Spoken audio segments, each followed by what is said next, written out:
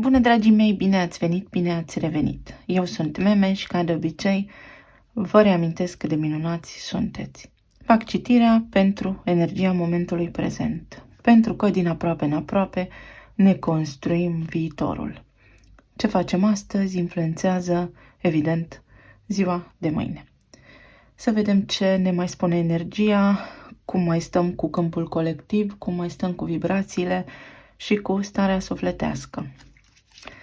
Sper că sunteți toți bine, vă mulțumesc tuturor pentru că sunteți aici și am încredere, ce frumos, împărăteasa, că ceva nou se naște. Eu înregistrez astăzi pe o vibrație ciudățică, se naște ceva legat de comunicare, niște vești, ieșiți dintr-o perioadă înnorată. Vibrația este ciudățică, așa cumva de nebuloasă. Clipul apare pe o zi de 18, sper așa să se alinieze. Și avem luna în tarot și câinele. Bag seamă că unii dintre voi vă întrebați ce contează cu adevărat în viața aceasta, ce cred este adevărat, în ce să cred în viața aceasta, în cine să cred și cine îmi este alături. Iar în Lenormand avem câinele. Deci pe o vibrație de 18 este ca și când, cam asta este, poți să descoperi acum dacă te înșeli într-o anumită privință sau nu, evident dacă îți dorești acest lucru, dacă cineva ți este alături cu adevărat sau nu. Și aici îmi vine în minte un interviu sau o întrebare adresată lui Carl Jung, pusă de cineva dacă Jung credea în Dumnezeu. Și a fost întrebat așa: crezi în Dumnezeu? Iar el a răspuns: dacă cred, este complicat. Este un răspuns complicat. Nu cred. Știu. Exact așa va fi și vibrația zilei pentru voi. Știți. Magia în toată povestea aceasta este să vă ascultați interiorul, energia din voi, sângele care vă curge prin vene, să ascultați de corpul vostru, de intuiția voastră, pentru că știți. Ce a apărut aici? Iată, 2 de cupe. Știți. Știți care este întregul. Și tot Jung spunea că nu poți să cunoști sau să diferențiezi binele de rău decât atunci când le cunoști pe amândouă.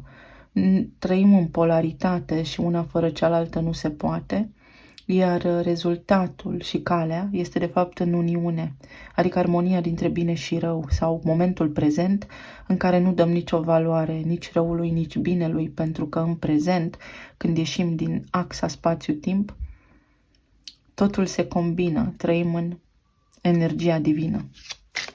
Și așa știm, nu credem, știm.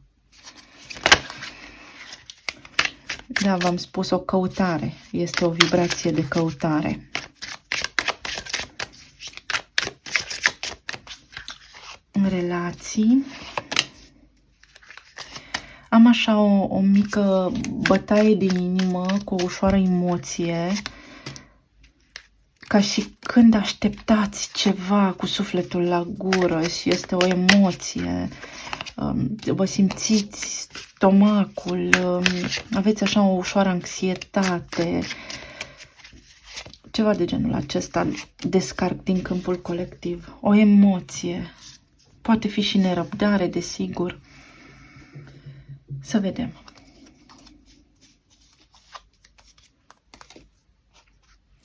Care este povestea bună, vestea bună de astăzi? Cu ce poate avea legătură?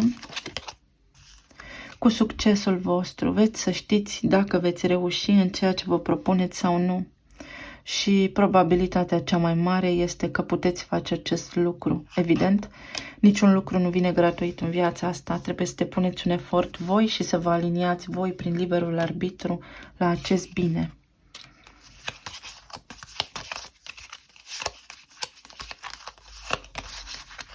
Foarte frumos, nu cred, știu. Mai, din nou, Taurul și Scorpionul, planul fizic și planul ascuns, ezoteric, stabilitatea și intimitatea mea, siguranța mea, la nivel de casă. 2. Stabilitatea mea financiară, stima mea de sine, iubirea, resursele mele materiale și banii celorlalți, taxe și impozite, intimitate, sexualitate profundă, lucruri mister, foarte mult mister aici. Da? În mai avem și Gemeni, deci avem posibil și Gemeni și Săgetător. Axa cunoașterii. Găsesc un adevăr, îl știu sau înțeleg ceva. Și Februarie, Vărsător și Pești, sau Leu și Fecioară. Claritate mentală, intuiția va juca un rol foarte important. Vedeți, și la început a fost cuvântul, da? Care de fapt este vibrația care a creat materia, sau comunicarea, pentru că am văzut 8 de bâte mai devreme și Împărăteasa. Și Leul, voința inimii mele, forța mea interioară, emoția mea astăzi se aliniază și o extind în lume, iar bucla Universului îmi poate întoarce înapoi ceea ce îmi doresc. Nu ghicesc aici, este altă poveste, nu ghicesc. Traduc, copacul. Ceva ce are legătură cu familia voastră sau cu relația sau într-adevăr cu familia, cu apropiații. Copacul poate fi sănătate, dar este sensul prosperității aici. Copacul este verde, ceva stabil, da? Ceva care crește frumos și chiar și pentru că am axa medicinei aici, avem sănătate. Cineva din familie se simte mai bine, depășește o provocare medicală, poate. Papagalul.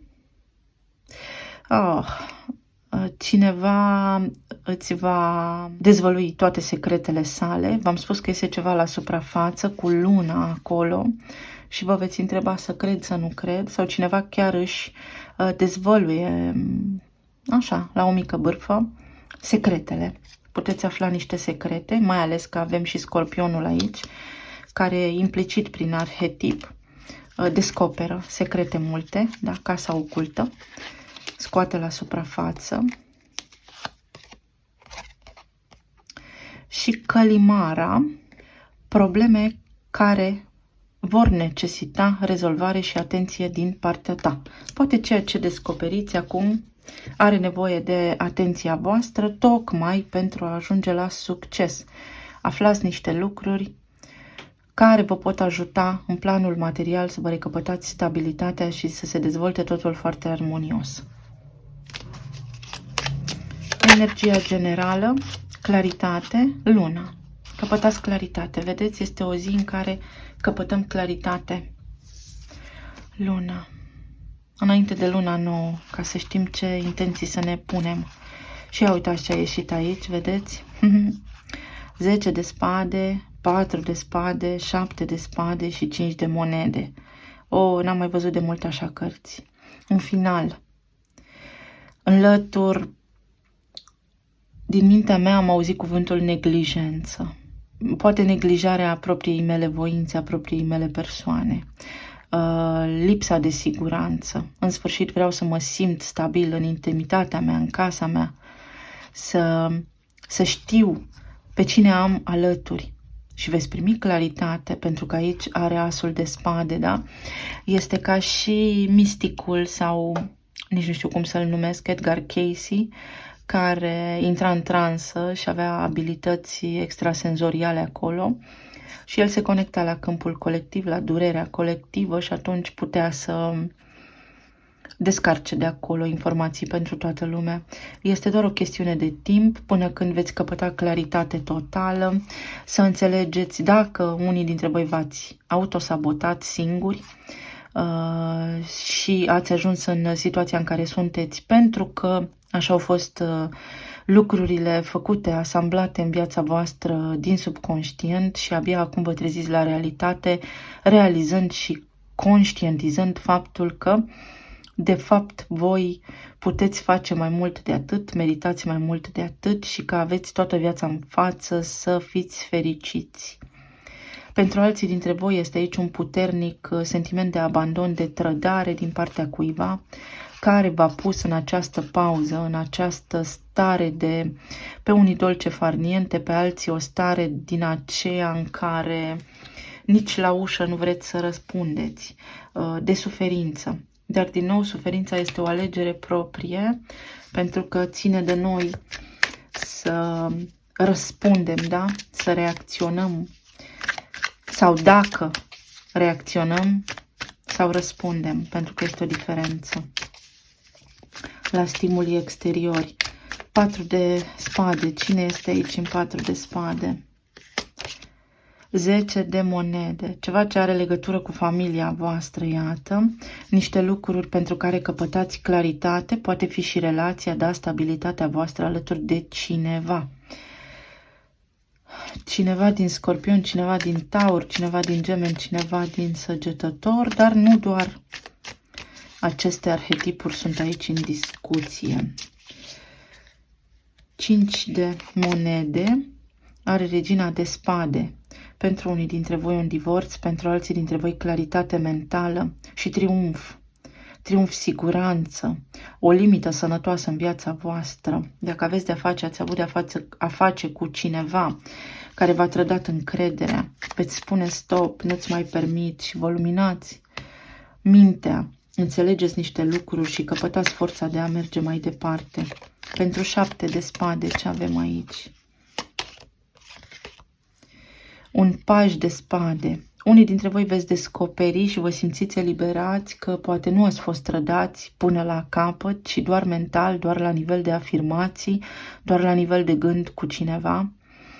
Sau descoperiți niște mesaje care vă confirmă niște bănuieli.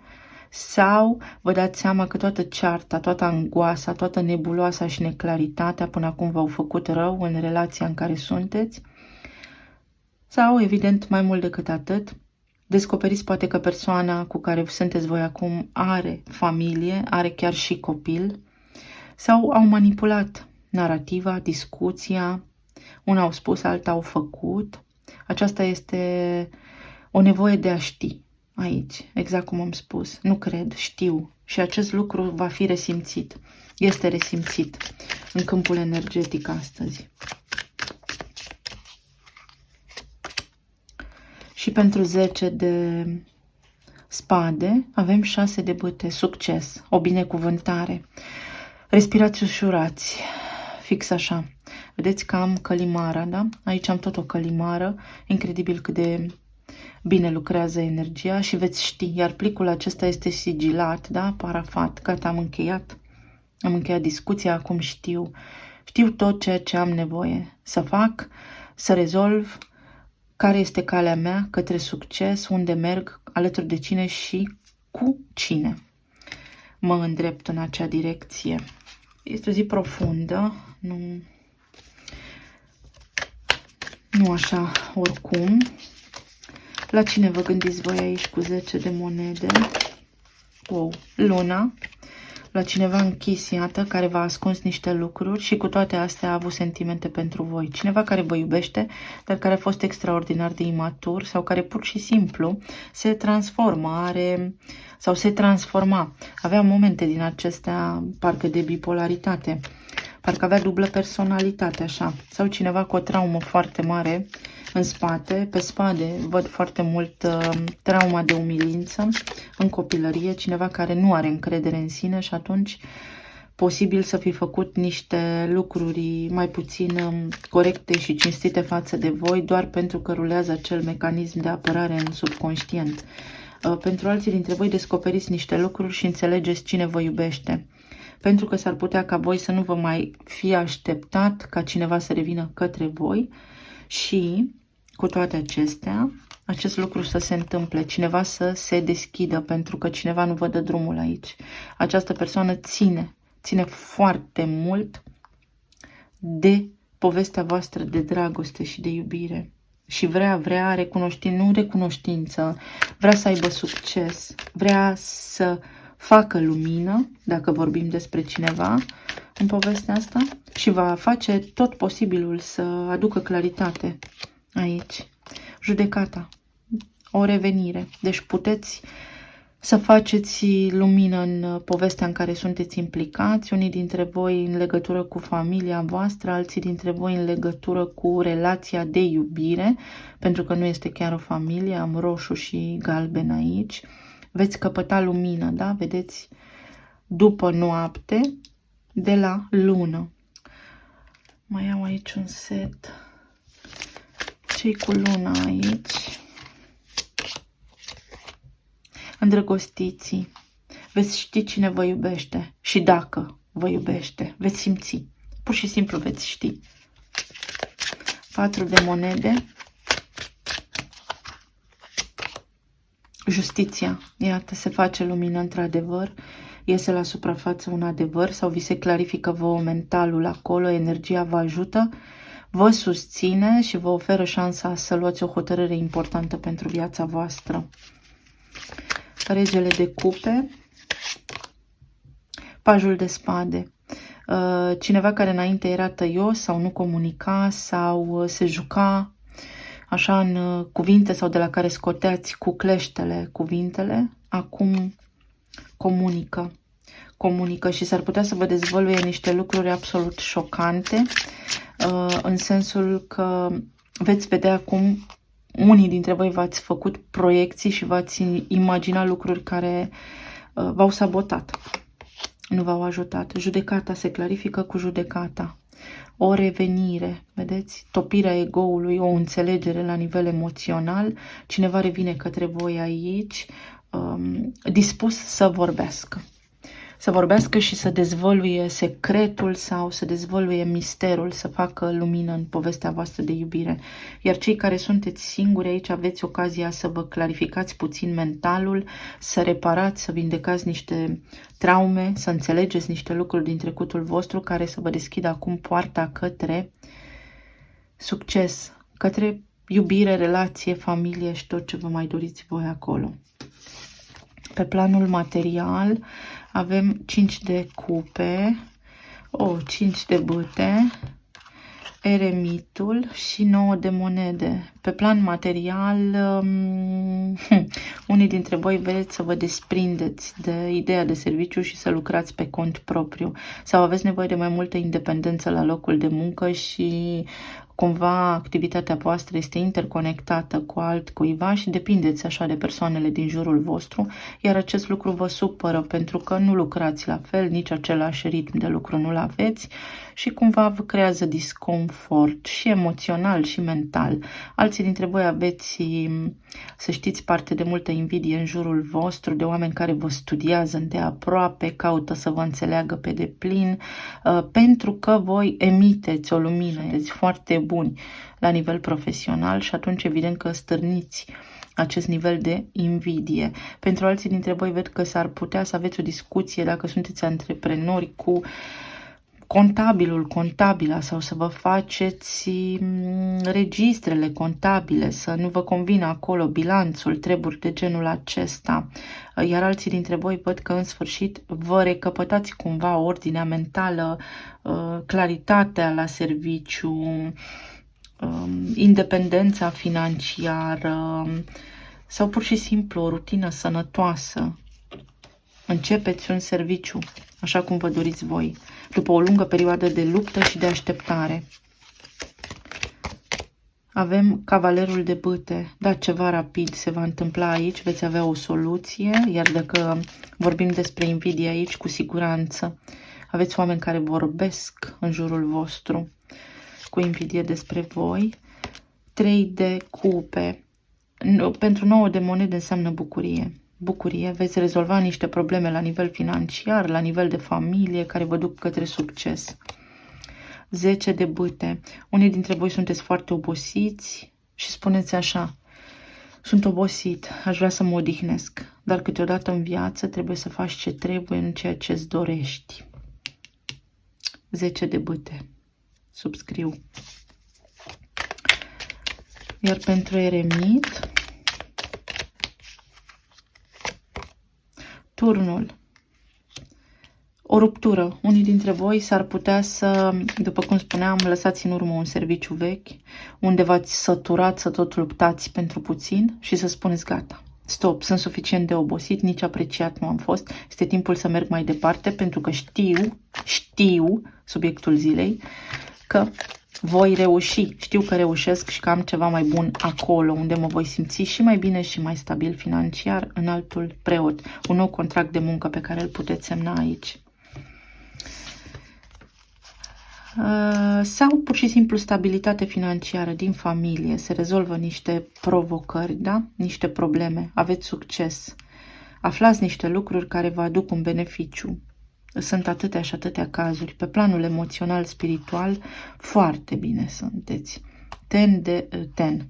10 de monede, steaua, 2 de cupe și 6 de bâte. După atâtea provocări, în sfârșit veți vedea luminița de la capătul tunelului, veți vedea direcția. Căpătați claritate, tot temă nocturne avem aici, steaua, și veți ști pe ce direcție să mergeți, încrezători, știind că aveți parte de iubire și de tot ceea ce vă doriți voi, armonie în față. Unii dintre voi cu aceste cărți puteți primi o cerere în căsătorie sau o cerere să vă mutați, să vă relocați cu cineva, cu persoana voastră iubită. Alții dintre voi să faceți pace în familie, să rezolvați niște provocări în familie cu foarte mare succes, care păreau așa cumva doar la nivel de vis, doar la nivel de imaginație. Vi se părea că totul este prea departe, prea imposibil. Dar iată că lucrurile sunt posibile. Alții dintre voi aveți parte de o reușită la nivel medical, ceva ce a implicat bani, pentru care întreaga voastră familie v-a susținut și a suspinat așa sub o formă sau alta alături de voi, dar aveți o reușită. Cavalerul de monede, un nou drum stabil aveți aici în față, cineva care chiar va depune efort, va pune osul la treabă pentru voi să fiți bine și fericiți. Cavalerul de bâte, cineva care vă vede foarte atrăgători, cineva foarte determinat vă va sta aici alături, pe drumul vostru de acum înainte, la braț cu voi. Pajul de spade, iată din nou, o comunicare neașteptată apare aici. O claritate mentală, așa cum n-ați mai avut de foarte mult timp. Adevărul acesta care iese la suprafață, fie că l-auziți, fie că îl conștientizați, este ca și când v-ați umple rezervorul cu combustibil și de acum înainte aveți pentru totdeauna. Eremitul, o luminare, o conștientizare, steaua, din nou. Cineva vă ajută să intrați pe drumul vostru. Voi, divinitatea, o persoană dragă, familia, dar intrați pe calea vindecării, intrați pe o linie temporală mai bună, dacă o alegeți și vibrați cu ea, evident. Mai iau o carte așa la nivel de energie generală. Cea mai bună carte pentru ziua de astăzi care descrie energia este Piedestal, ca și zilele trecute. Vă înălțați, stabilitate în casă și siguranță materială pe termen lung, un partener emoțional, sănătos, psihic, în care să mă încred, cu care să mă simt în siguranță, alături de care evoluez, da? Intimitatea noastră funcționează bine, se reface o conexiune profundă posibil. Avem casa 12-a, implicit aici, din subconștient se repară niște lucruri, înțeleg o dinamică și știu cine îmi va fi partener de acum înainte sau nu. Talismanele. Se grăbește un rac către voi sau aceste treburi, chestiuni legate de familia voastră. Astăzi, cuvinte, și la început a fost cuvântul, unii dintre voi puteți să vă construiți o casă, în sfârșit începeți construcția pentru o casă sau pentru ceva ce vă doriți de mult timp. Și iată, crezi în divinitate? Știu, nu cred. Iubire. Aveți o emoție în stomac. pentru că nu v-ați dat bătuți sau atunci când știi și nu te dai bătut, dorințele îți devin realitate. Iată, divinitatea intervine, stabilitate la nivel financiar, serviciu nou, serviciu ok sau serviciu stabil, depășiți niște provocări, casa 12 cu Saturn în pești, să spunem, un început care dă roade. Aici avem frumusețe, dar și ego, un rac orgolios pentru unii dintre voi, dar nu numai, sau pace cu o energie feminină, sau pace cu familia, sau pace cu mama. Înțelepciune, v-am spus, căpătați înțelepciune, a apărut eremitul de 2 ori. Iubirea din nou. Este o energie frumoasă astăzi. Vedeți că vine din suflet. V-am spus că e ceva cu inima astăzi. O emoție. La sănătate. Trebuie să lucrați puțin. Sau să aveți grijă de voi. Punct. Energie sexuală așa pe aici. Siguranță. Iată, la nivel de intimitate, la nivel de energie sexuală. Lumea. O relocare. Sau un început după ceva ce finalizați organic și este în regulă, dați drumul organic unor lucruri care nu mai funcționează, alături de cineva care este diferit față de voi, deci persoana la care vă gândiți voi nu este conform așteptărilor voastre și nici nu face tocmai lucrurile așa cum le doriți voi, dar se pot așeza lucrurile, da? Avem pești, o energie mutabilă, flexibilă, când ca mine, când ca tine, este mai ușor decât ne imaginăm. Avem aici din nou protecție divină, energia masculină care este deschisă astăzi la convorbiri, la conversații. Avem inițialele F, U, I, L, F, C. Și unii dintre voi vreți să faceți curățenie, da, veți face curățenie în viața voastră la propriu, sau în casă, sau vă apucați, v-am spus, de niște renovări. Este foarte ok, veți avea în planul material susținere să le duceți la bun sfârșit. Aici am o stâncă, o prăpastie, cum stă și eremitul într-un alt set de cărți de tarot, pe margine și se uită, dar în egală măsură și nebunul. Am încredere, nu mă întreb, știu. Cufăr, am acces la resurse materiale de acolo de unde nu mă aștept.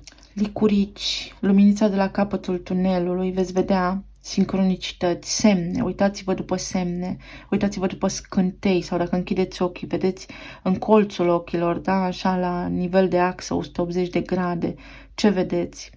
Flash-uri de lumină. Acelea sunt confirmări că cineva, iată, este într-o oglindă cu voi, da? Într-o oglindă cu voi. Vă alergați așa unul pe celălalt la nivel energetic. Unii dintre voi veți spune, am bănuit eu și acum știți. Iată, sau luminat. Vă luminați într-o privință foarte importantă. O discuție cu frații, surorile, dacă aveți, vă aduce o stare de liniște. Alții aveți nevoie de somn, culc. Alții vedeți că e energie sexuală aici multă și pasională. Lăsați-o să iasă la suprafață, că e parte din viață. Alții dintre voi, atenție, la ficat. În primul rând la furie. Eliberați-vă de furie pentru că vă îmbolnăvește corpul fizic și nu o spun eu. O spune știința, o spun oamenii de știință, o spun statisticile și atenție la grăsimea de pe organe. Atenție la dulce, tot la ficat, atenție la toxine, atenție la glucide, la zaharuri, la insulină și așa mai departe. Atenție la ulcer. Ulcior. Atenție la ochi, să nu vă puneți mâna murdară, să nu faceți vreo iritație. Atenție ce vreți să vedeți, ce nu vreți să vedeți. Atenție ce vreți să acceptați, ce nu vreți să acceptați. Iar aici am ulciorul, apa, emoția care va da pe din afară. Unii dintre voi veți țopăi de bucurie. Unii dintre voi, da? De bucurie, în brațele cuiva. Și așa o pasiune acolo, că numai. Alții dintre voi veți ajunge la o concluzie oficială. se finalizează ceva oficial, iar alții dintre voi urcați ceva. Urcați. Vă văd urcând niște trepte. Fie este ascensiune, fie este luminare, fie este claritate mentală care vă urcă normal o treaptă în planul de conștiință, fie realmente urcați niște scări sau cu liftul. Aveți ceva treabă într-o instituție unde se urcă, e instituție mare și așa mai departe, unde aveți o reușită, adică rezolvați ceva. Ies treburile așa cum vă doriți. Și cam atât, dragii mei. Vă mulțumesc tare mult pentru astăzi, pentru totdeauna, pentru aici și pentru acum. Să fiți bine, să aveți parte de iubire, sănătate și abundență, ce vă mai doriți voi. Să ne reauzim cu bine și cu drag și data viitoare. Pa, pa!